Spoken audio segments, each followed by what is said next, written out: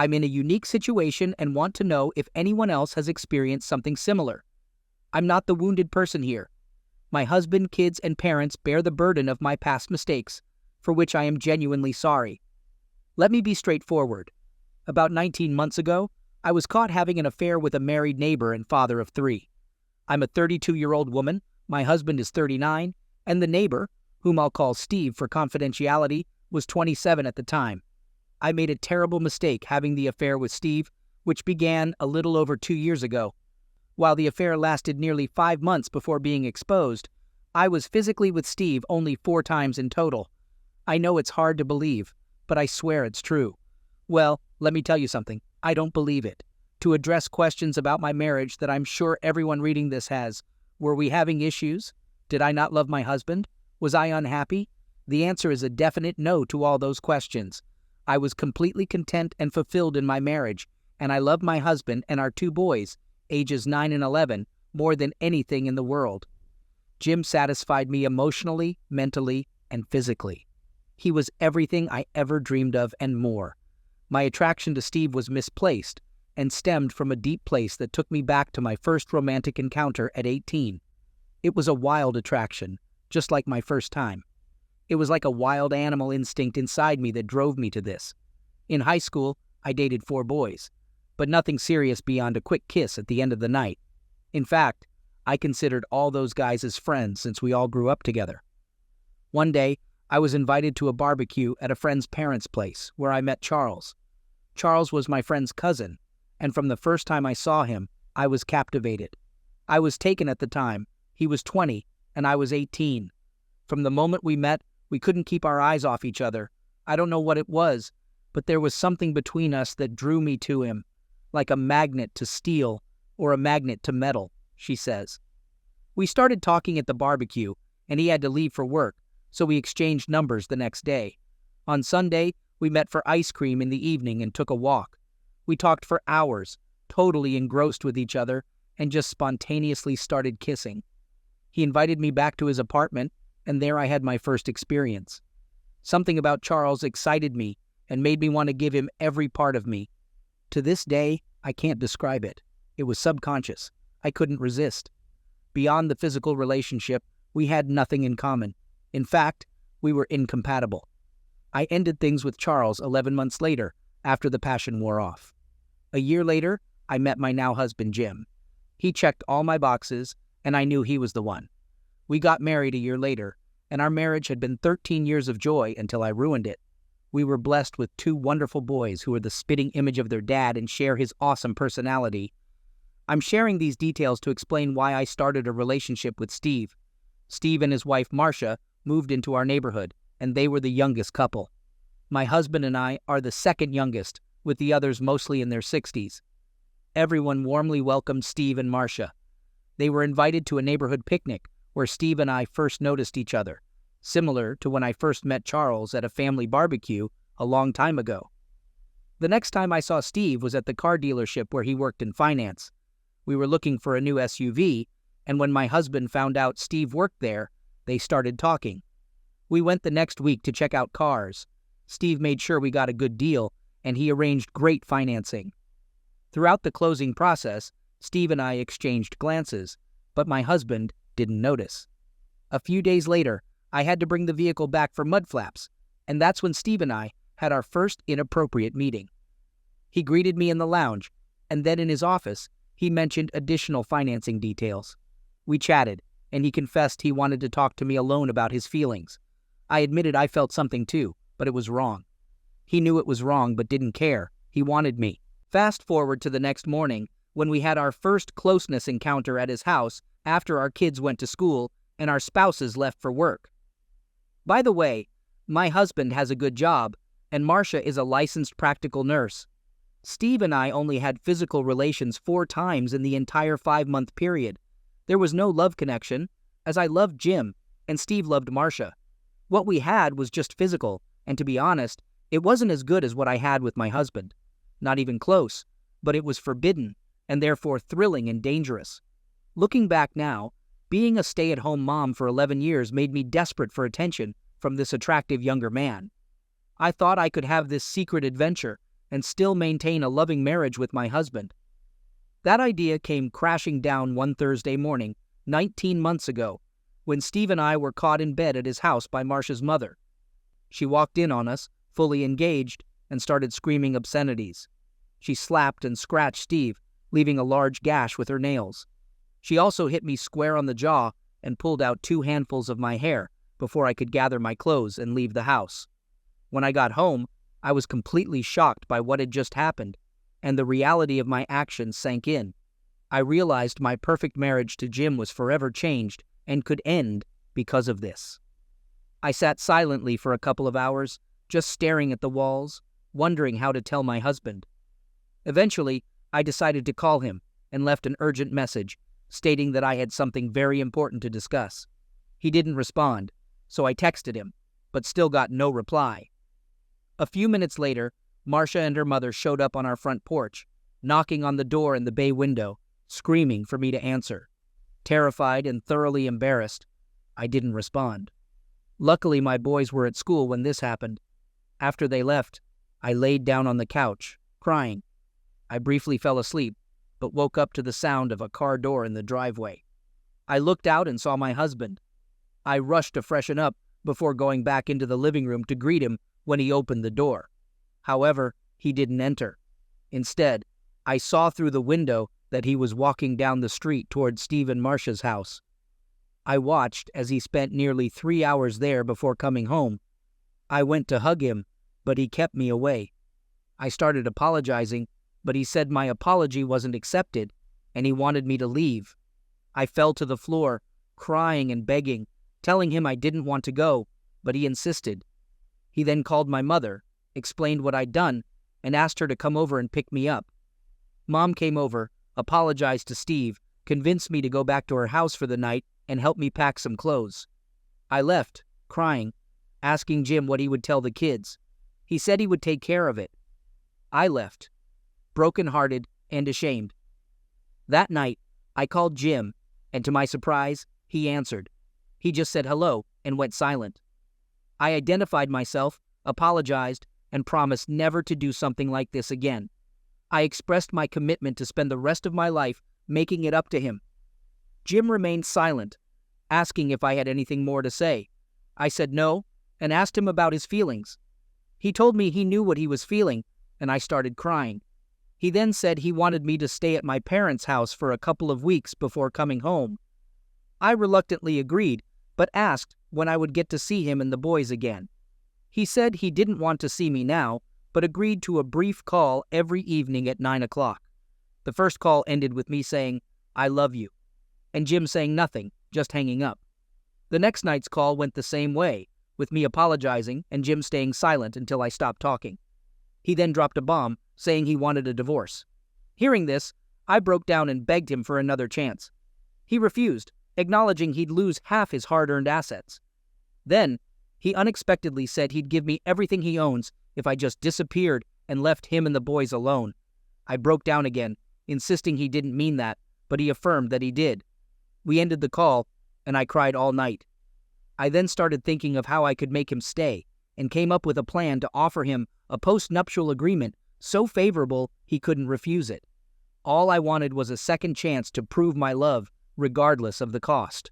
The following week, while Jim met with his divorce attorney, I consulted my own lawyer, not to prepare for divorce, but to create a post-nuptial agreement to present to Jim before receiving the divorce papers. I visited 4 different attorneys before finding one who specialized in post-nuptial agreements and was willing to create such a lopsided agreement. Lopsided in that my husband would receive nearly all the benefit in exchange for remaining married to me for a period, giving me a second chance at love. Unfortunately, Jim's lawyer completed the divorce papers in just 11 days, and I was served at my parents' house 2 days later. I had Jim served with the proposed postnuptial agreement. We talked that night. After he read the proposal, he was a bit surprised at what I had offered, and for the first time, I could sense the caring person I once knew coming through, not the angry man who had been so robotic and cold for the past 2 weeks. The agreement is a complete win for Jim and an opportunity for me to prove I'm worth keeping. I won't go into specific details about the postnuptial, but I can confirm that it allows Jim to keep nearly all our marital assets if we stay married and live together for at least 30 months. Also, if I'm unfaithful again and we divorce, I lose all claims on our marital assets, get nothing, and forgo any alimony and child support payments. The agreement also requires me to get a full-time job within the next 6 months and contribute to our household expenses. Finally, my husband can see other women if he chooses throughout the remainder of our marriage. I know Jim would never be unfaithful. It's not in him. But I want him to know I love him enough to give him this option. To my surprise and delight, Jim accepted the offer with one additional stipulation. The clause Jim wanted added stated there is no requirement for us to sleep together or have any type of cohabitation coitus during the remainder of our marriage. I was saddened and hesitant to agree to this, but I finally did, feeling that with time I could win back his respect, trust, and passionate love. Things have not gone as I thought, and that's why I'm here. We are now 17 and a half months into our second marriage, as I call it, and our relationship is one of being housemates, raising our boys. Don't get me wrong, I thank God every day for the second chance I've been given, but what we have wouldn't qualify as a marriage. It's more like we are two divorced people, cohabitating. Since my affair, Jim has shown absolutely no affection towards me whatsoever. I mean nothing, not even a kiss or a hug. He won't even let me near him to express any type of affection, although I do get in for a hug and a kiss occasionally before he can block me. But I can tell he doesn't like it, so I don't do it very often. Even so, he requires me to submit monthly to at-home STD testing. Also, since the affair, Jim will not go out in public with me, even to family events. When our boys have games, we alternate who takes them. When it's my turn, Jim shows up at the games but doesn't sit with me. Instead, he normally stands on the sidelines with other fathers and acts like I'm not there. The only time we go out together is when we go out of town or on vacations, which we do often.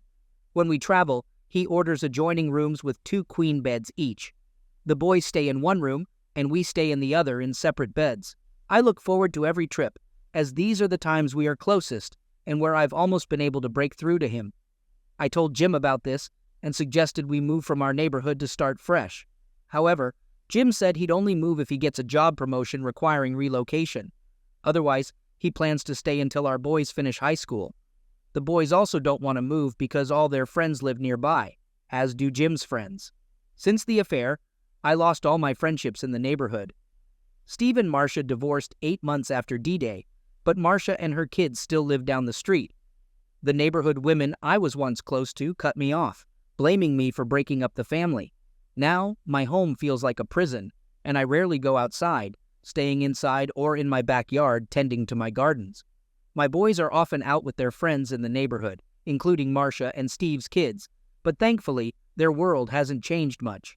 Jim follows a similar routine, hanging out with neighborhood men, smoking cigars, and sipping bourbon at night, either at our house or theirs. After work, the guys enjoy relaxing together. Jim goes to work, hits the gym, and then comes home, usually avoiding the dinner I make. On weekends, he grills and only eats what he cooks, not my dishes. Weekday dinners with my boys have become a great bonding experience.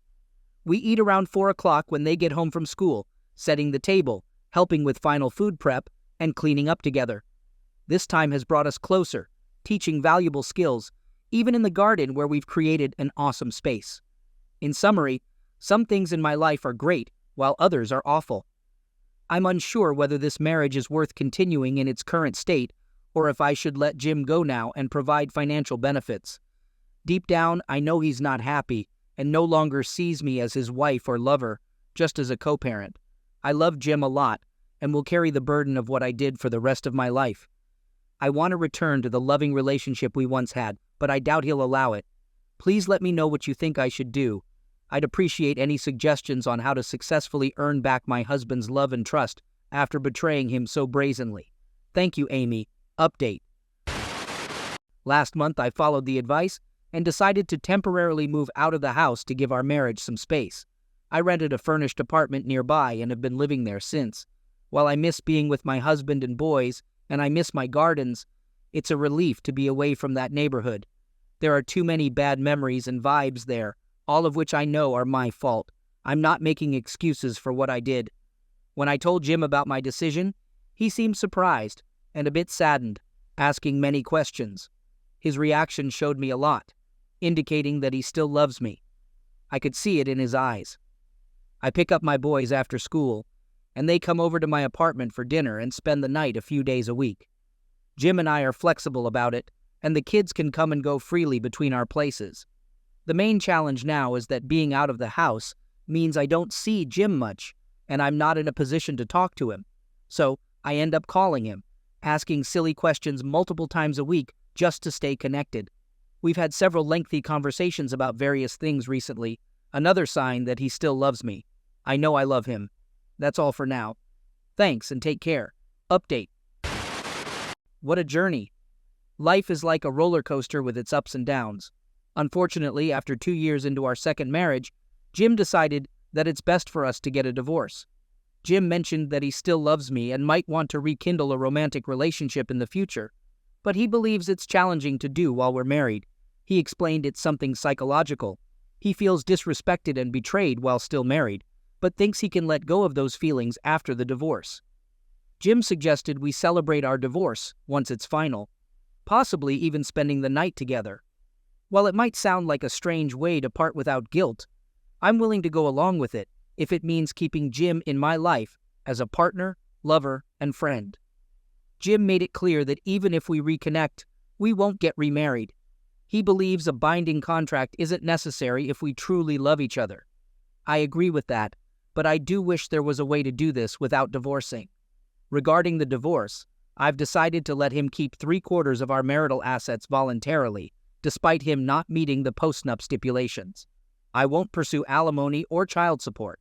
Some may criticize me for being generous, but I believe he earned the money and would have given it all to me if I had remained faithful. I'm at peace with this decision and can live comfortably for the next 8 years or more without working. Currently, I am working, so things are even better financially. I want to offer advice to women struggling with temptation, as I have. My suggestion is to resist it. The thrill is not worth the risk. If you find it challenging to control yourself, seek professional help. From my experience, the short-term high is not worth the long-term loss of love, respect, and trust. I'm a 32-year-old guy married to Kat. We've been together for the past 2 years, dating for 2 years before getting married. Recently, things have not been going well between us. The trouble started 2 months ago when my wife suggested we open up our marriage to add excitement. I was surprised by her suggestion. I never thought she'd bring it up. I want to clarify that I'm not trying to control her, but given our history, it's tough for me to believe she's interested in trying this. Let's face it, open marriage is risky and often ends up hurting one or both partners. I told her clearly that I'm not comfortable with an open marriage. It's not that I'm against trying new things or spicing up our married life, but I want those things to stay within the boundaries of a closed marriage with no third person involved. She was disappointed because it's rare for me to deny her something. I love her a lot and usually go along with her requests, even if it means making compromises. Although she didn't say anything after our conversation, I could sense that she was not happy about it. I wanted to get to the bottom of the situation and understand her reasoning. I began questioning my abilities in bed. I wanted to talk to her, but she remained silent. Kat is a consultant with a busy work schedule, often working in different time zones, which disrupts her work-life balance. While I also have a hectic work schedule, it doesn't require me to go beyond our time zone, making it easier for me. Due to her work schedule, I couldn't discuss my concerns with her. I blamed myself for impulsively saying no to her. I should have asked for more information before making a decision.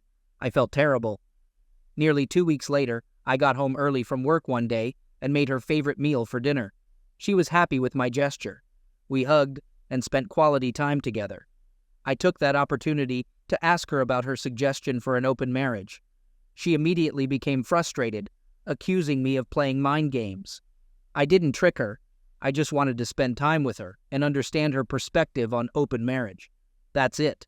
I got upset with her accusations and asked her directly if I was not meeting her needs. After that, she opened up. She told me about interns in her office who are fresh out of college and in their early 20s. They party a lot and hook up whenever they can. Their adventurous stories planted the idea of open marriage in her mind. She admitted to feeling a fear of missing out when her young colleagues talked about their exciting lives. I listened to her and understood her point of view. It's natural for people to be influenced by tempting things. I told her I'm not comfortable with the idea of an open marriage because I cherish our relationship. Our bond means a lot to me. Before I met Kat, I also lived a wild life in my 20s, doing the same things as others, but I went through the emotional challenges that everyone does. Excitement can fade, leaving behind emptiness. Finding comfort in Kat after meeting her, I didn't want to go back to my old life. We got married, and she was the one I envisioned a family and growing old with. I openly shared my thoughts on open marriage with her, suggesting we reconsider if she was genuinely interested. However, she immediately denied it, though she seemed to understand. I thought she agreed with my opinion during our conversation, but I was mistaken. Everything seemed normal for a few days, but after about a week, her behavior changed drastically. She started acting cold, attributing it to work stress. Recently, she's been behaving terribly, throwing tantrums over trivial things and mocking me as outdated. When I asked her about it, she explained that I'm too stubborn in sticking to my beliefs and not keeping up with trends. I questioned what she meant by following the trend, as I stay updated with fashion, music, and web series. I asked if my reluctance for an open marriage upset her, and she simply nodded, leaving me confused. Throughout this time, her work schedule became busier, with more late nights. Initially, it was only a few days a month, but now she's coming home late almost every other day, sometimes even at dawn. When I confronted her, she mentioned aiming for a promotion, proving her worth for the position. While I admire her ambition, I worry about the truth. Honestly, I'm hesitant to entertain negative thoughts or jump to conclusions. Yesterday, something happened that prompted me to share my feelings and seek advice from the community. I reached home earlier than usual and decided to prepare Kat's favorite lasagna for dinner. Despite her late-night plans, I wanted to surprise her. I messaged her, and she responded that she'd be late, maybe after midnight, dampening my enthusiasm. I spent the next hour playing video games, hungry, but wanting to have dinner with Kat. An urge led me to pick her up from the office, something I'd never done before unless we had plans after work. Thinking it would be a nice surprise, I rushed to her office, a standalone building easy to spot. Waiting outside for 30 to 45 minutes, it was 12:30 a.m., but there was no sign of Kat. Worried, I went upstairs to inquire at the reception. The office was still bustling with night shift employees, and the receptionist informed me that Kat had already left. I regretted the idea and drove back home, only to find she wasn't there either. Concerned for her safety, cheating was the last thing on my mind. I was more worried about her well-being. It was too late to reach out to any of Kat's work friends, and since she had only joined the company 6 months ago, I didn't have their contact information. I felt unsure about what to do. Exhausted and anxious, I fell asleep on the couch. When I woke up with the first light of the sun, I hurried to my room. On impulse, I found Kat comfortably sleeping in bed. I rushed to her, tucked her in, and went back to sleep. In the morning, she was already getting ready for work. I asked when she had come home last night, and she mentioned it was around 3 a.m. due to a busy day at work, including a meeting with an Asian client. Curious, I inquired about when she left the office, and she casually said around 2:30 a.m., leaving me shocked.